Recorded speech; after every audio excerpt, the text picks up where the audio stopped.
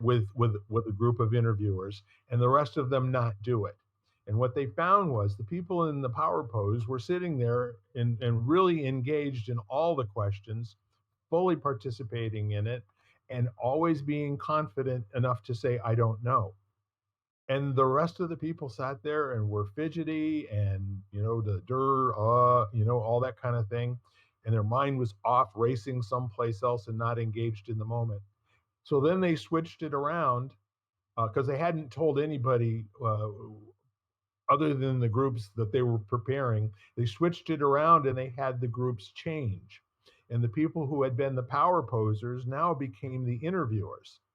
And they did their power pose before interviewing. And then the people who had been not doing the power pose, they turned around and did the power pose.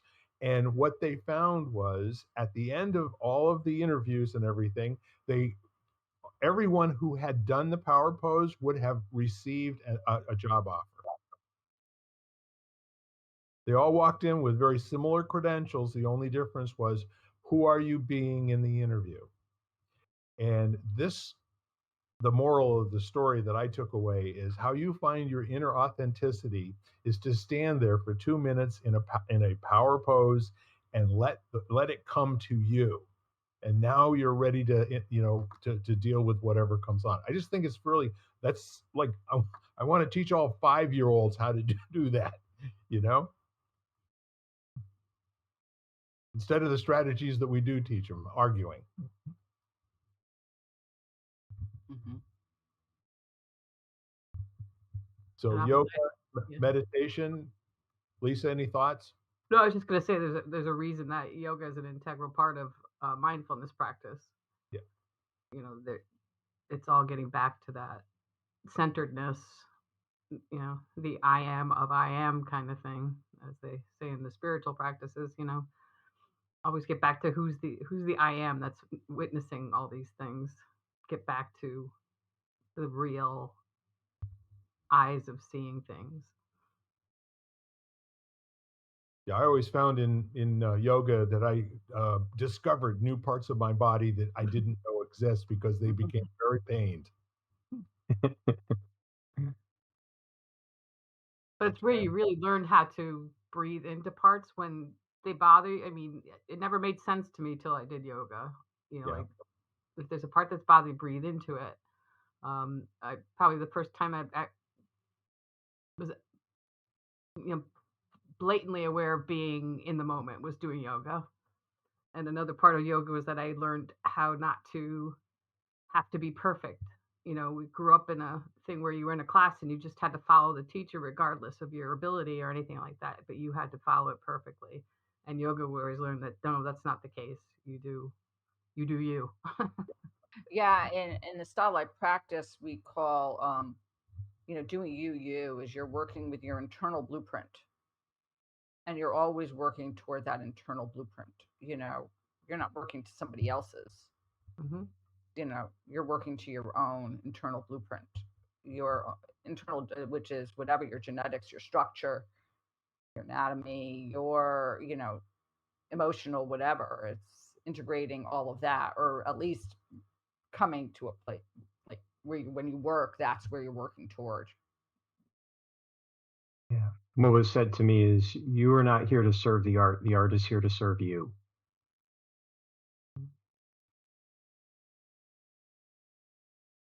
just letting that soak in because what I found when I started running again, after I'd convinced myself 10 years ago I never would, because I have no cartilage in my knees, that's my story, is I just really love getting to minute number 10 while I'm running. And for the next 10 or 15 minutes, just being in that space of being in motion. And really, more than anything, just picking up glimpses of what's going by as I'm running through my house. But being left with that 5 minutes went by in a flash. There was really, it was like no time. It couldn't have been 5 minutes, but it is, or 10 minutes. But the other part of it too is to have things just kind of come down to where if you close your eyes for a minute and you just listen to yourself breathe. I don't know if anybody else does that. Uh, but that is a very similar experience for me as well, which isn't quite meditating, but it's more along the lines of just taking 5 minutes and listening to rhythmic breathing and getting lost in that to the point where the thinking disappears for a little while and absolutely new ideas and thoughts. And 5 minutes is an amazing amount of time to be rejuvenated in, and everybody has 5 minutes. Absolutely. I mean, I love that. And I mean, I always tell people not even 5 minutes, like begin with minutes, less, Mhm. and even, work your way up. But I think when you were talking about that with the running, that was the first thing I thought about was the fact it's like when you do get into a zone, when you sit or you're with your breath, and all of a sudden 5 minutes goes by and you're like, oh, that was 5 minutes, or 10 minutes goes by and you're like, oh, okay, you know, and there is almost like that no comprehension of time, like time stops to some extent. Yeah, my favorite part of yoga after I was in the hospital and I had pericarditis back in 2008. One of the things that I did to try to regain some shape in my body was to do a yoga uh, workout. It was a videotape. It took exactly 1 hour, start to finish. Where and any of you that have done that type of regimented yoga, that exactly how much time is left based on what your poses you're doing right now. But my most favorite part was the cool down afterwards, because the tape would go silent at the end of it, and there wasn't any completion, to the workout after the cool down. And that cool down could go 35, 40 minutes for me, just lying there quietly. Sometimes I'd fall asleep. Mhm. It was just such a comforting way to spend an hour or an hour and a half, in some cases, maybe 2 hours, who knows? I always found it Yeah, interesting too. You could lie down at the beginning of a yoga class and it would hurt, just be flat on your back. But Yeah. after doing a whole session of yoga and you lie down, you don't even notice it. You're just like there, and you could fall asleep. Where if you did it before yoga, that would never happen. It It- would. and I the always think, breath. sorry, Ken, go ahead. Oh, no, no, go ahead, go ahead. Yeah, I was going to say one of the things that I always say to people is like when you lie down at the end and you almost feel like you're a part of the earth, like Mhm. you're a part of the ground, or Mhm. you're a part of your mat, Yeah. and you're like, and the earth is there because it's, earth supports us, but there's almost no feeling of it. It's just like your body's like, okay, I'm just settled, you know. Yeah. Yeah, the Taoist yoga practices that I was taught, you're noticing a state of heavy weightlessness, Mhm. which makes no sense until you've experienced it, and it's really kind of cool. So it's what you're talking about, but at the same time, there's almost like a floatiness to it, Mhm. even though you're part of the earth. It's really interesting. I think that feeling that we're talking about is what draws people back. Like, I think that's Mm, what gets people to come back to yoga over and over again because, you're always working with variations of whatever poses there are, which there are like, I don't know, 100 something. mm, And not that you do them all. A lot of them I can't do, and that's not the point, but you're always working on variations of those. So the practice itself doesn't really change. It's that yeah. feeling that people want. It's kind of like you experience it and then people are like, "Oh, I want that. Like I love the way that feels. I want to get back there." And Yeah. sometimes you're successful and sometimes you're not. And that's just the way. It's like you're like, okay, if we're trying to like, I mean, as human beings, we kind of evaluate everything. Like that was a good practice or a bad practice.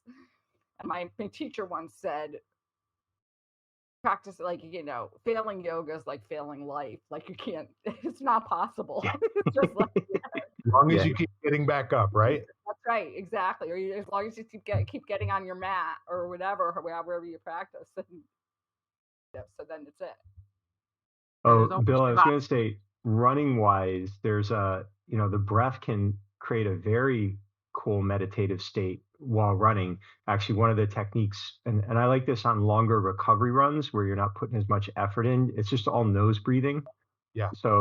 And you just like, you put a sip of water in your mouth, you hold it for like a mile. So, you just don't swallow it. You just let it, so it keeps your jaw relaxed and it keeps your attention on rhythmic breath in and out the nose, which helps you, go from working too hard or anything like that. And then drink the water, spit it out or whatever, do it again. But it's interesting when you're in that rhythmic breathing state, you really lose a sense of time. Yeah. Like an hour goes by and it's just like you're not sure what happened to it. It's really cool. That's a Part good of what takeaway for me. I appreciate it.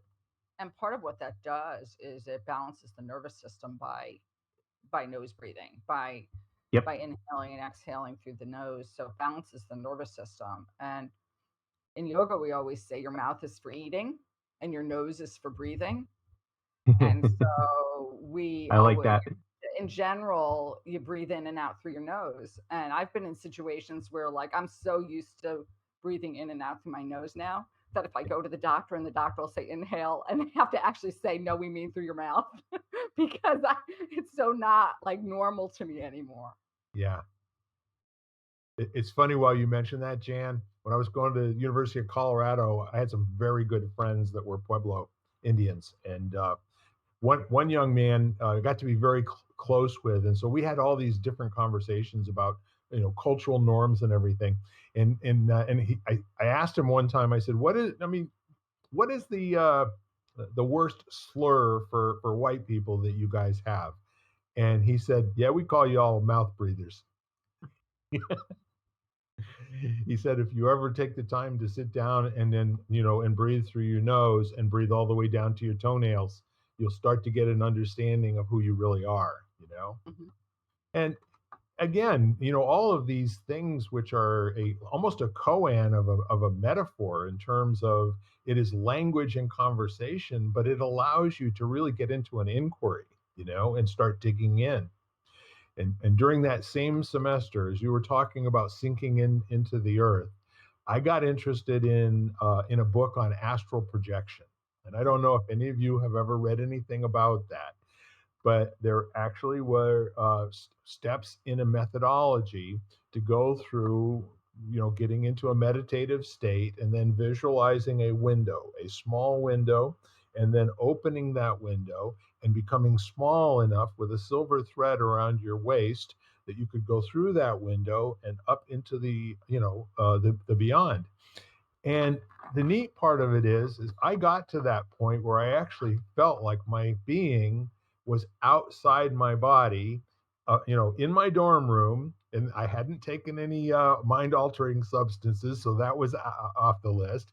And I got to the point where I panicked because I really felt like I was completely outside of my body. It scared the what out of me, and I never did it again.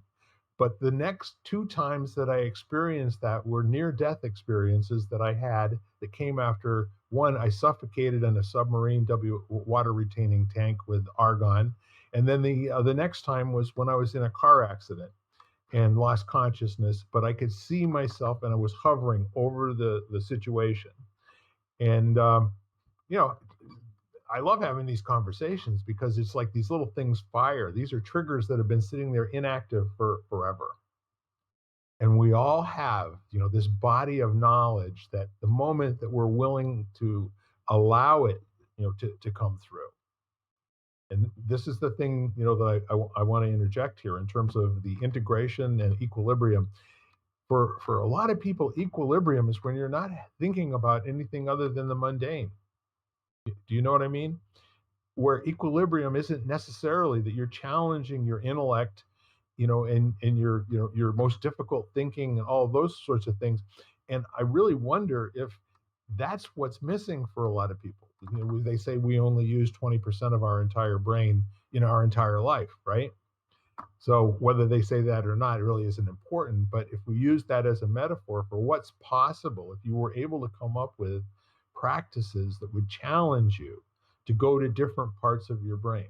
And I'll give you one more example, and then I want to hear what you all have to say about maybe from your own personal experience. But we were sitting here over the weekend, my wife Janet and I, and we were talking about a really desperate situation where a young